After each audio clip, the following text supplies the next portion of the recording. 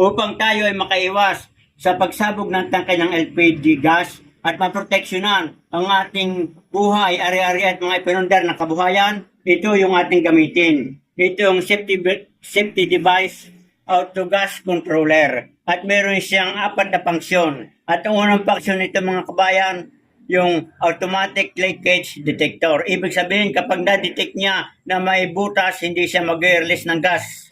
At ang pangalawa, auto shut off. Sa panahon ng ating pagluluto at nagkaroon ng butas o tumalsik ang hose dahil sa pressure ng gas, hindi siya tatakbong apoy. Mamamatay siya dahil na-detect niya nagkaroon ng butas. At ito naman ang pangatlo, ito yung gas indicator. Yan, makikita nyo mga kabayan, yung arrow na yan kapag nasa number 2, 2%. At pag dating sa 0, ibig sabihin siya ay wala ng laman. At ito naman pinaka-importante mga kabayan, ito yung safety lock. Siya ang naglalak kapag siya nakadetect ng may butas, may singaw yung ating hose.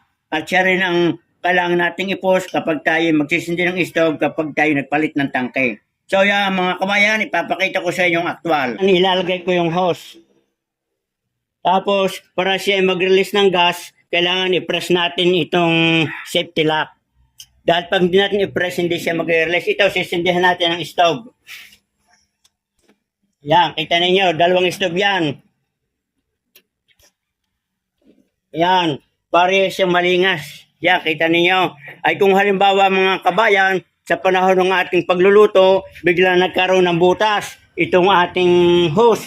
O kaya kinagat ng daga, o kaya tumalsik ang hose dahil sa lakas sa pressure ng gas, ay automatic siyang mamamatay. Kita ninyo.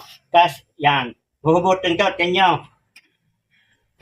Yan, kita nyo. Kung inyong gagamitin na itong ordinary na regulator na ito, sigurado ang apoy ay tatakbo sa tangkay, baka kayo magpanik, magkaroon ng pagsabog. So yun ang unang function na yan, ang tinatawag nating auto shut off. Kapag nakita niya na nagkasingaw, automatic na mamatay.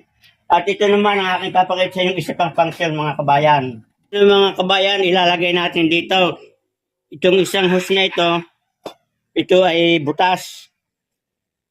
At ating ikakabit dito. Nga pala mga kabayan, sa gustong magkameron nitong heavy duty safety device with auto safety gas controller, i-click na lamang ang yellow basket. At ito mga kabayan, ikakabit ko na itong hose.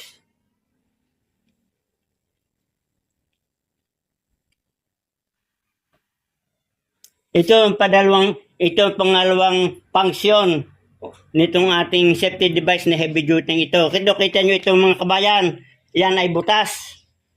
So, sisindihan natin, ating ipipress. Tingnan natin. Yan. Kita nyo, hindi nagsisindi kahit itong isa. Yan. So, bakit hindi siya mag-release ng gas? Dahil na-detect ng safety device na may butas, may leak. Delikado kung siya maglalabas ng gas. Pero ito, mga kabayan, tingnan natin pa natin itong butas. Kita ninyo. Ating isisindi. At ating ipipress muna itong safety lock. Yan, kita ninyo. Yan, kita nyo. Bakit nag-release ng gas? Dahil na-detect ng safety device na walang butas, walang leak at delikado. Pero kapag nagkabutas ninyo, tatanggalin ko itong kamay ko sa butas. Ano mangyayari? Yan, kita nyo. Shut off. Yan ang mga function ng heavy duty safety device auto gas controller. Kung ganito yung gagamitin mga kabayan at bata ang tao, siguradong baka magkaroon ng sunog. At ito mga kabayan, sa gustong magkameron nito, i-click na lamang ang yellow basket. Napaka-epektibo nito. At para kayong may security guard araw at gabi na walang kabayad-bayad sa inyong kalan, sa inyong lutuan. So yan mga kabayan, good luck and good health at na may nagustuhan yung video na ito.